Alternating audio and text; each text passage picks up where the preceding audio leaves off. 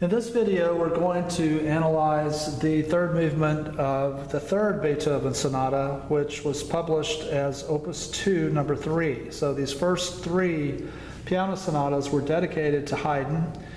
And Opus 2, number 3, as well as Opus 2, number 2, they are bigger, more orchestral in scope. Compared to the first one, there's a little bit more to them.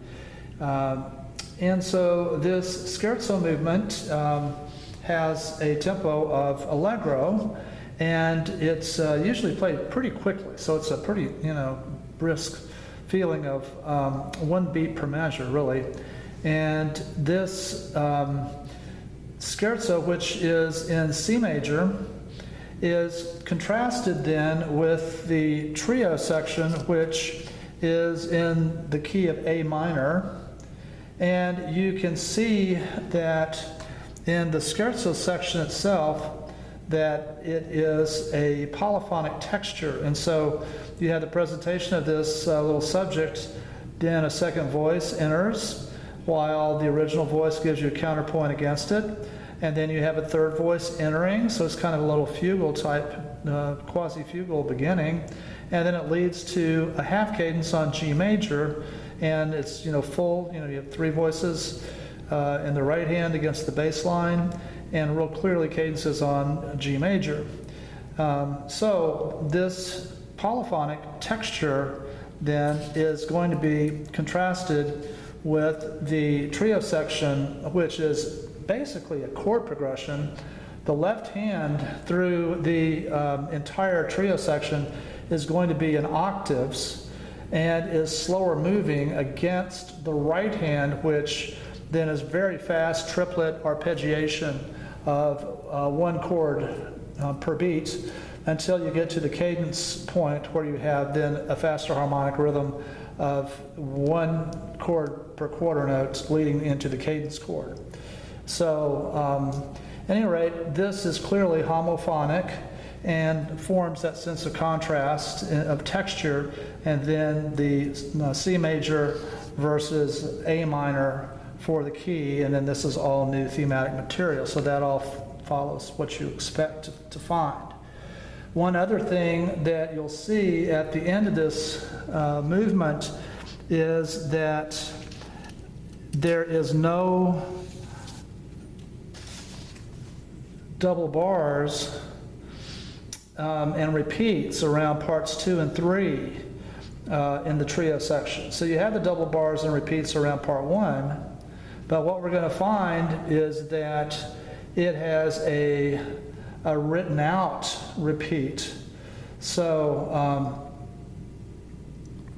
this is the return of this first part here, and the cadence is rewritten so that it cadences on A minor, and then this is a written out repeat of this part 2. So this is a written out repeat of part 2, and then here is the written out repeat of part 3. So this and this are the same, and the reason he does it is so that at the end of this, instead of cadencing on A minor like part 3 does here, what this is going to do here is it goes different at this point, and it modulates, and then this is a 5/7 of C major, and then you've got 5 beats of rest, and then he says Scherzo da capo, and then go to the coda. So he does that so he can go ahead and modulate back to C major at the end of the trio section, and then you repeat the Scherzo. And then at the end of the Scherzo, then he has written out a coda here. And so these last two lines are a coda, which makes it even bigger. So what we're going to do is look at the song forms of these sections. So this is the Scherzo, which is in enlarged 3-part song form, and it's basically what you expect. So 8 measure phrase length. So this is one that's so fast you could call this 8 measure in length. So it has this imitative beginning half cadence.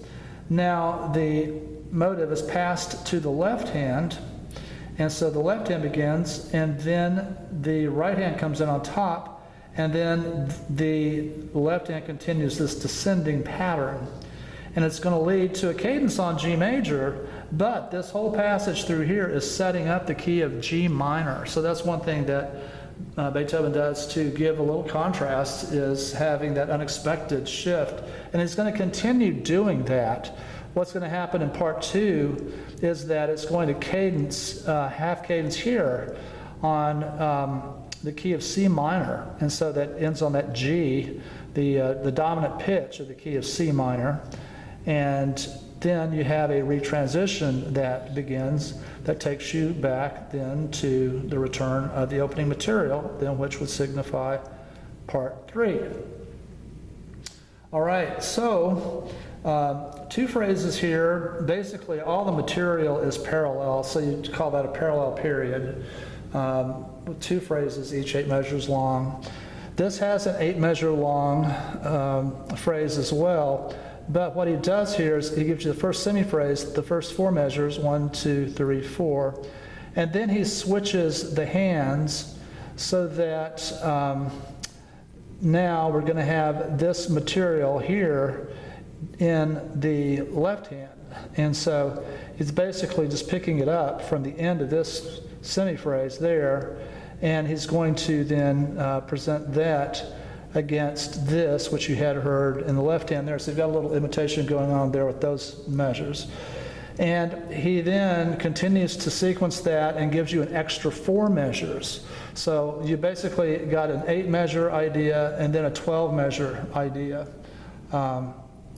And what that does, 1, 2, 3, 4, 1, 2, 3, 4, 1, 2, 3, 4.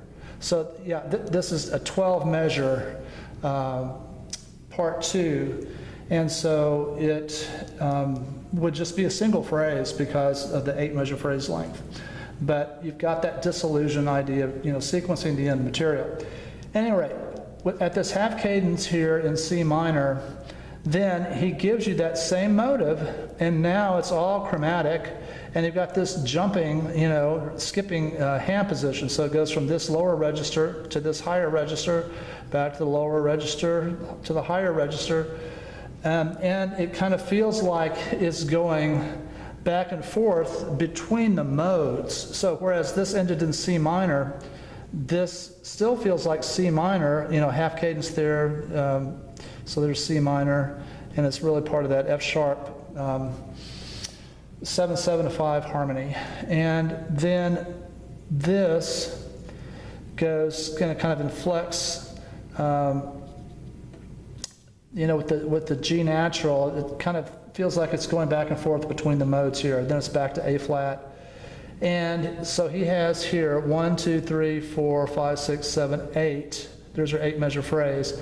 And then he just keeps repeating the end of this for 4 measures, 1, 2, 3, 4. And then this brings back the opening. So you've got another disillusion there at the end. So the reason that I look at this as a retransition is because this same material is going to come back at the end of part 3 down here. And so this brings you that same idea of the chromatic, and it's the same rhythmic figure, and then it skips registers and goes back and forth and leads to a cadence on tonic at the end. So when you hear this played, it has a very lighthearted quality to it. It's one that's very typical of the Scherzo when it's in a major key. And then it is followed by this trio section, which, as I mentioned, is in the key of A minor. And again, 8 measure phrases. And this just leads to a cadence on E minor. So cadence is on minor dominant. So that's one thing that you want to kind of keep in mind, is that if a piece that's in the minor mode doesn't lead to a modulation to the relative major. The second option for a composer would be minor dominant. So you can look for that. You can almost always bet that if it's in a major key, that it would go to the dominant key.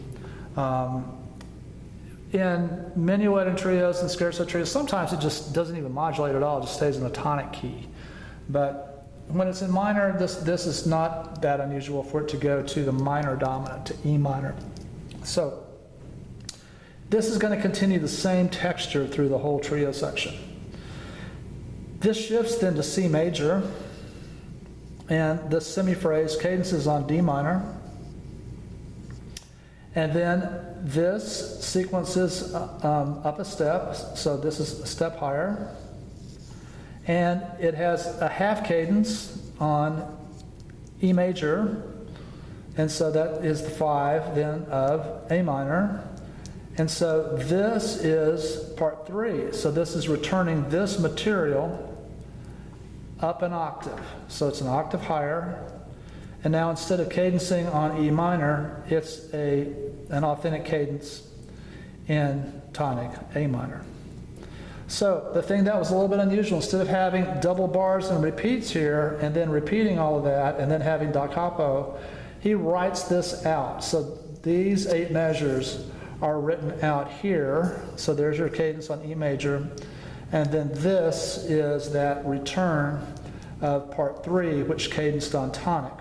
But instead of cadencing on tonic, he is going to take off 1, 2, 3.